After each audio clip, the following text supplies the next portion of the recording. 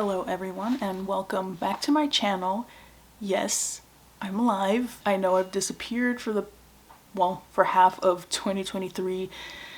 There will be more on that, no details really, but just speaking on and reflecting on 2023 and my channel and how I basically bombed all of my reading challenges except for my short story collection challenge, but I failed the Big Book Challenge, I failed the Latin American Books Challenge, but I'm sort of coming to terms with the fact that that is okay. For a lot of the year I felt embarrassed and I didn't want to make a video because, you know, people were gonna hold me accountable and ask me like, what happened? Didn't you read this? Didn't you say you were gonna finish this in this month? And I wasn't. It was a weird year, but I am back.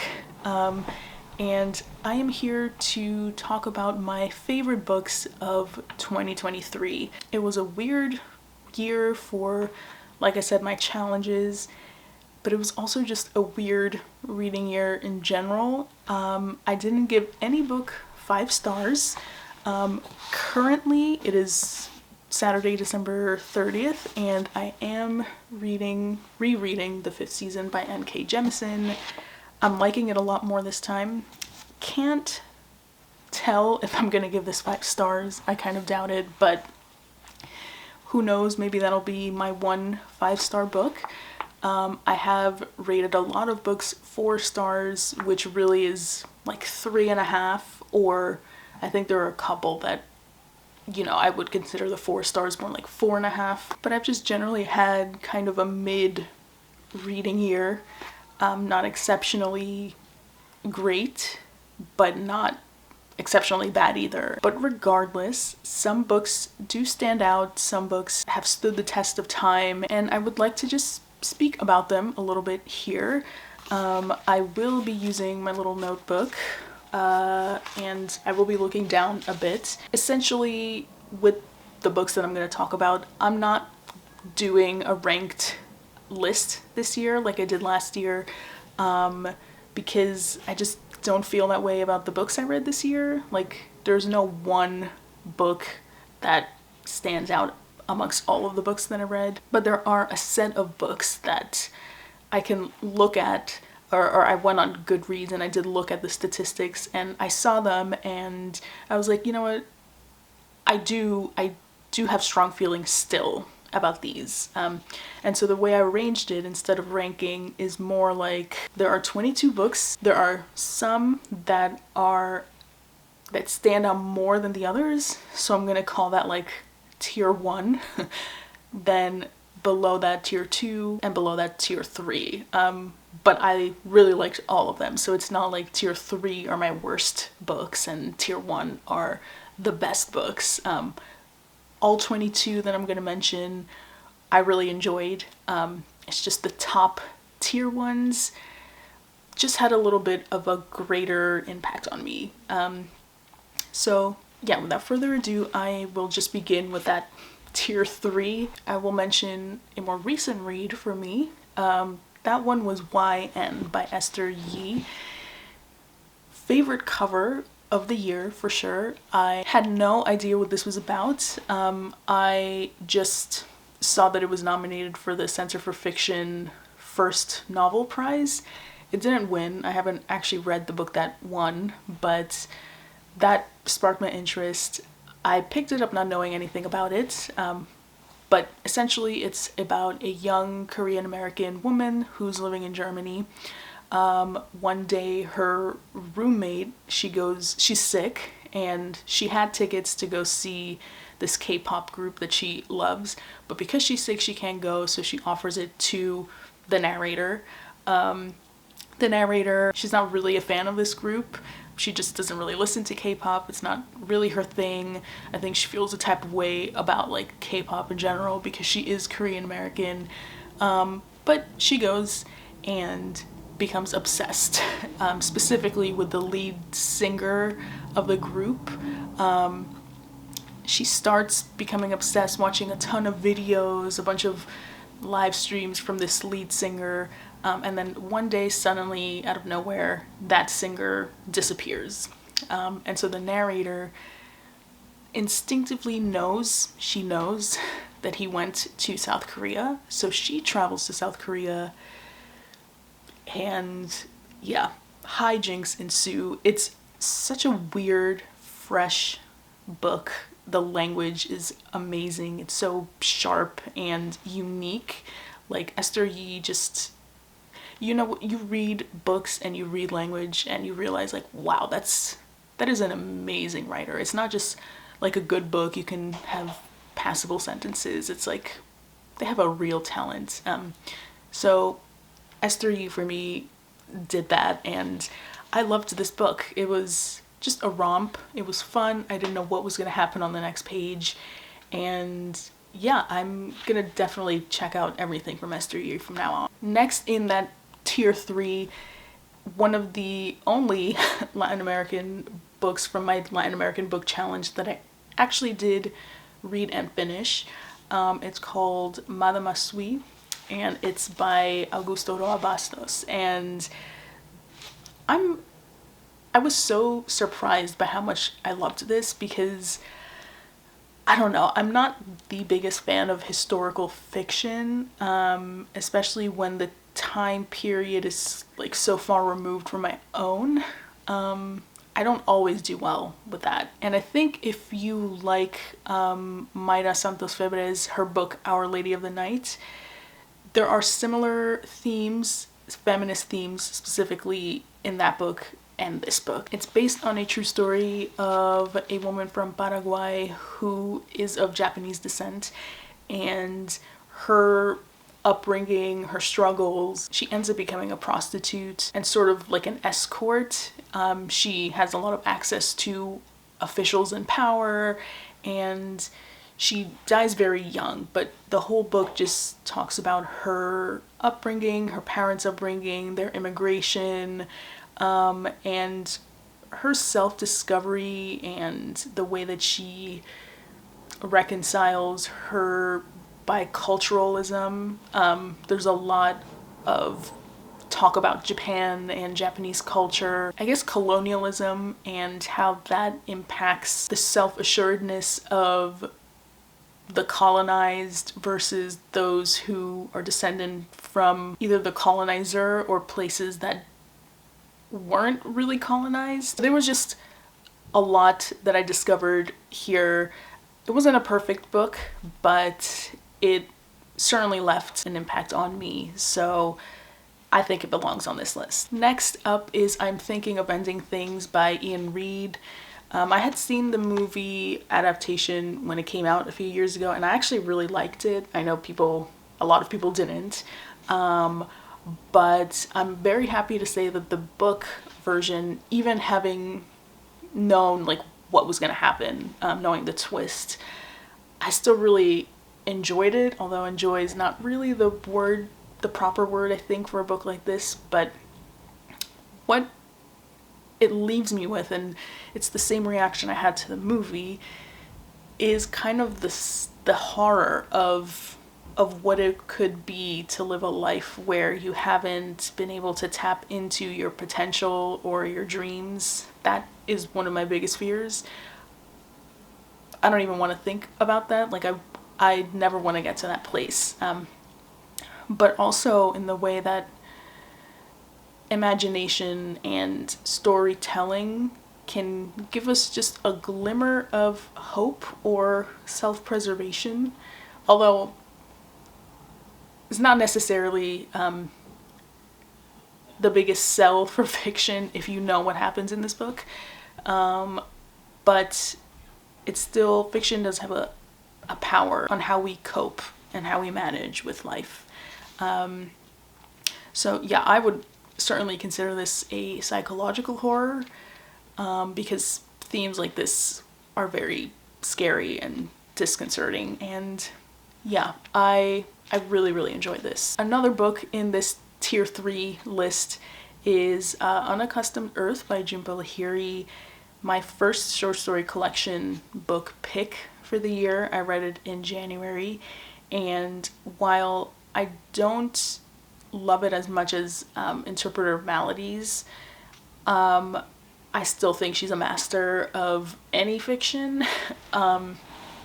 Here, the stories are a lot longer and there are fewer of them, but I think she really knows how to look at immigration and cultural identity from angles you never really thought about, or if you have, it's like you finally see it on the page written in such detail and with such truth. It's amazing to come across writing like this and to have an author like this who is so attuned to the lives of certain people, specifically those of Bengali background, descent. But yeah, I really, really enjoyed this. Next is Open Water by Caleb Azuman Nelson. I love short novels so much, especially those that pack a punch, and this book is essentially about the start and very quick end of a new romance that doesn't really start off in the most moral terms. The narrator, or I believe maybe I forgot already, but the man in the relationship starts dating the girlfriend of his best friend, which is never good. But yeah, it talks about just connection. I love the way that it uses music and rhythm in its language and in the characters' lives. Music like helps them make sense of the worlds, and it's kind of a gut-wrenching read because of the brevity of it all, of the relationship, of knowing that you can't have what you want because time has passed. Another one in my tier 3 group is Indios y Negros en la Cultura Dominicana. This one is very academic in nature, but it's basically a collection of a few of Aida Cartagena Portalatin's research papers. Some of them she wrote as part of her dissertation, and it is what it says in the title.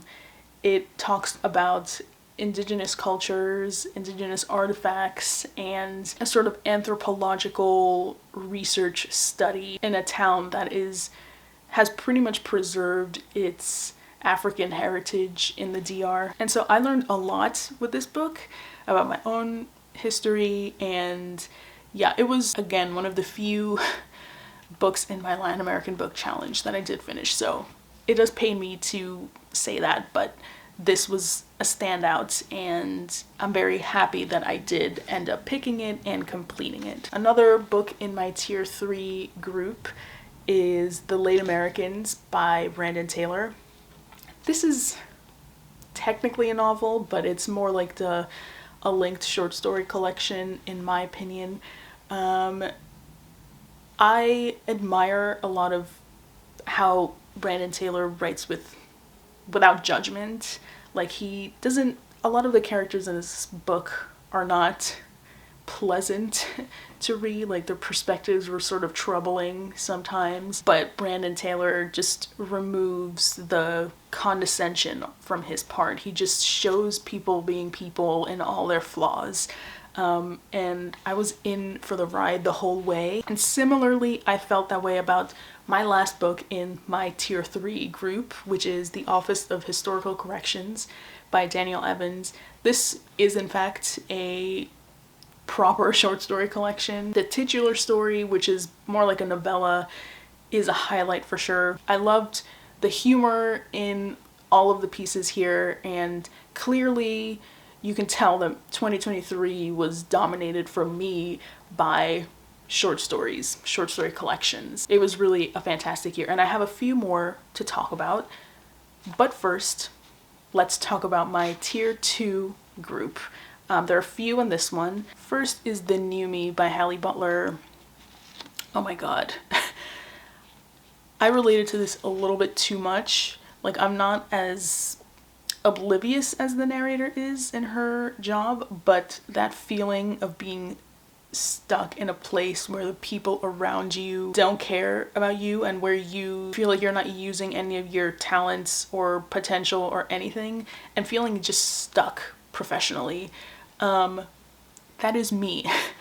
And yeah, reading this just made me realize that actually, or maybe not realize, but I was faced with the reality that actually a lot of people feel this way. And again, another one of my fears is this my life? You know, is that just gonna be my life, working a job that I hate?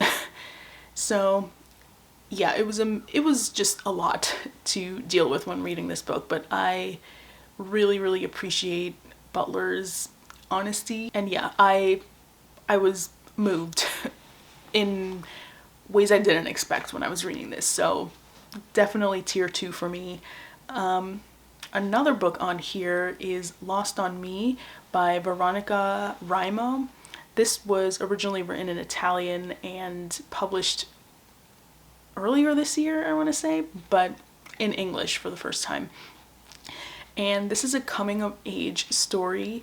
It is so funny in the way that I think a lot of Italian novels that I've read are.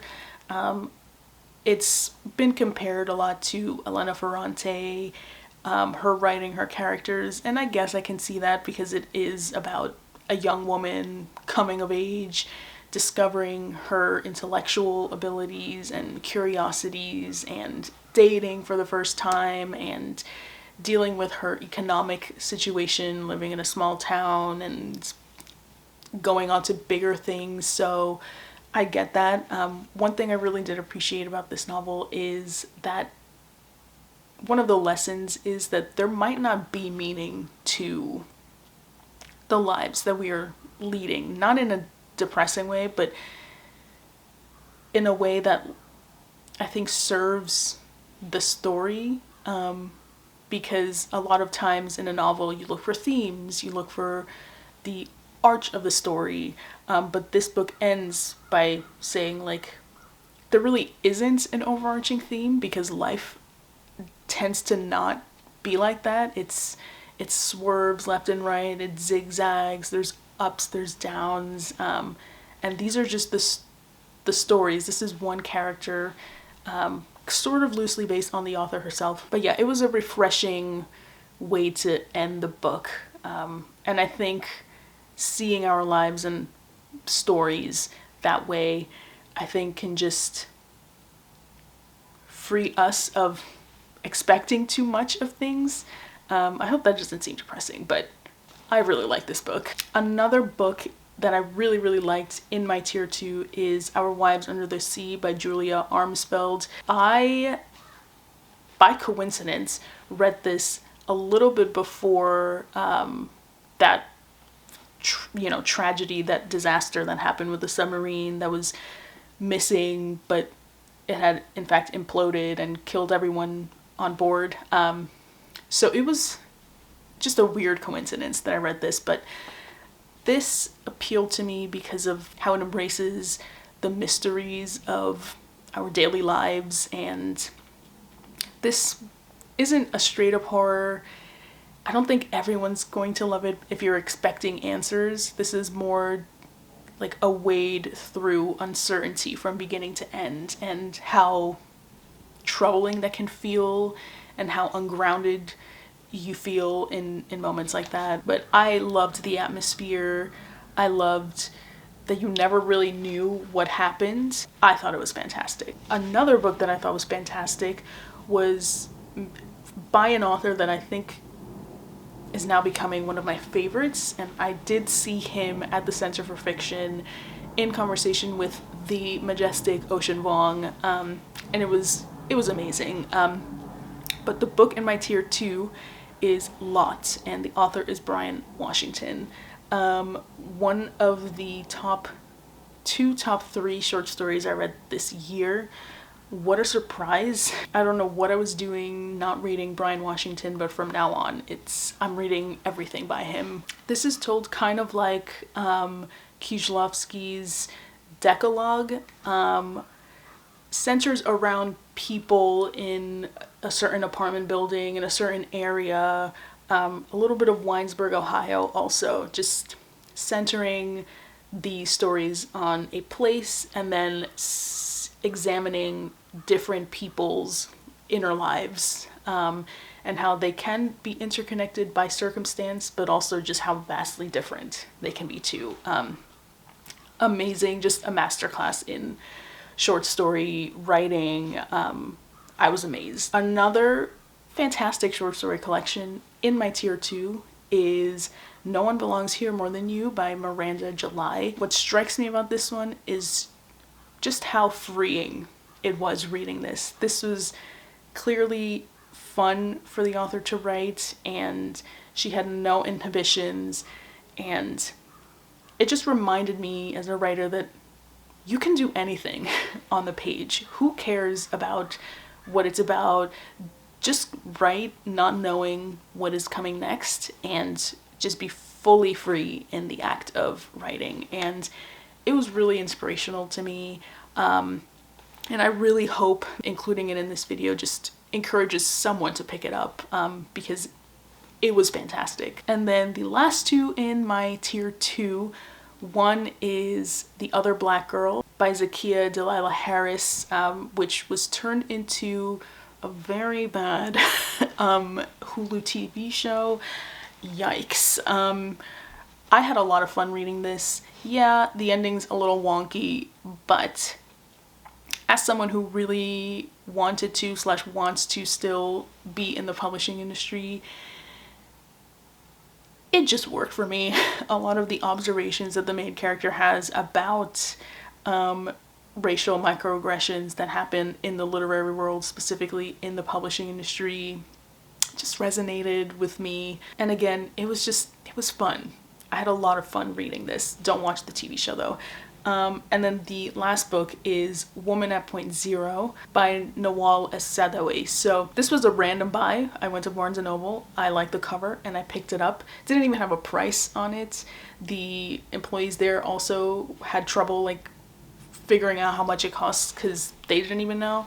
But this is an Egyptian little novelette based on a true story of the writer going to a prison to interview a woman who was there, who was about to be executed.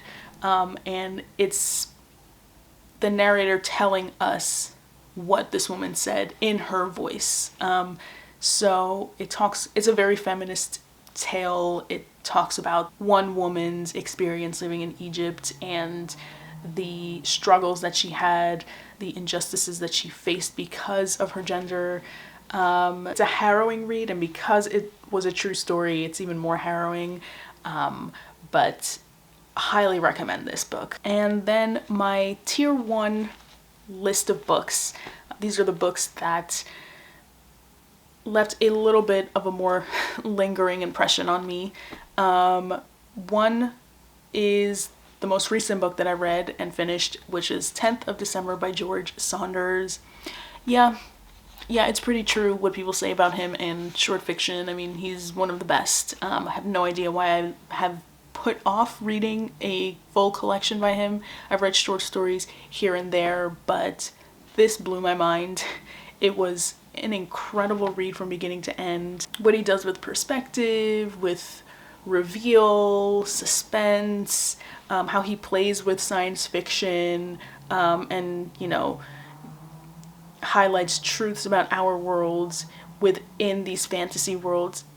Superb. Just, I had to buy it, have my own copy now. Highly recommend 10th of December. Another book that really struck me, much quieter than George Saunders' book, but impactful in its own way.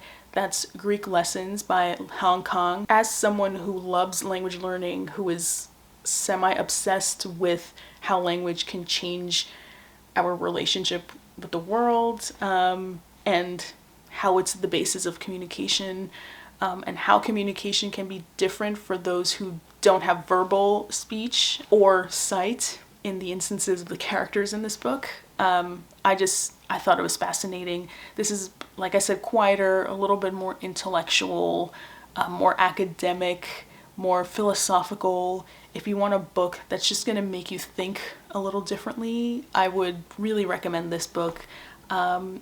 Just one of my great finds of 2023. Another great find is yet another Bryan Washington book. This is his novel, Memorial. I had put this off for so long because I had read an excerpt of it in the New Yorker and I didn't feel much for it at the time.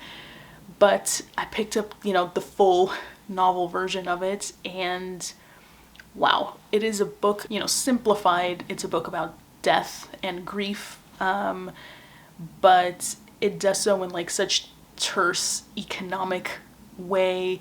It has pictures in it. The way that Bryan Washington writes about cultures other than his own is so respectful and honest. I love this book. It was amazing, and again, everything Bryan Washington writes, I will reach toward it and read it and enjoy it, I'm sure. Huge fan now. A reread that is in my tier 1 is The Story of a New Name by Miss Elena Ferrante. Wow. I mean, I'm glad that I've revisited the Neapolitan Quartet because this was amazing. I read it in one weekend. It was everything I needed and more. I still have book 4 to reread. I was trying to finish it this year, but obviously I failed at everything reading-wise this year. But I am glad rereading this book this year made it to my list. Loved this book. I think this might be my favorite in the series. The next one was a very random one. A coworker recommended it to me, and it's not usually my vibe, these types of books, but I'm glad I picked it up. It's The 7.5 Deaths of Evelyn Hardcastle by Stuart Turton. Funny, really well written, which honestly was a little bit of a surprise to me because I don't expect, this is gonna sound a little wrong, but I don't expect these bestsellers to have like the most incredible writing, but this actually was really nicely written.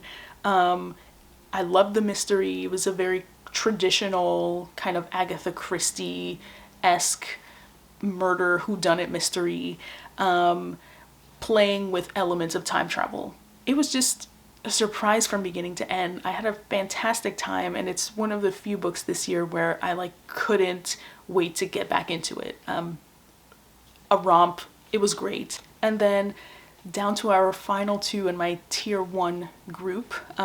One of those is Betty by Tiffany McDaniel.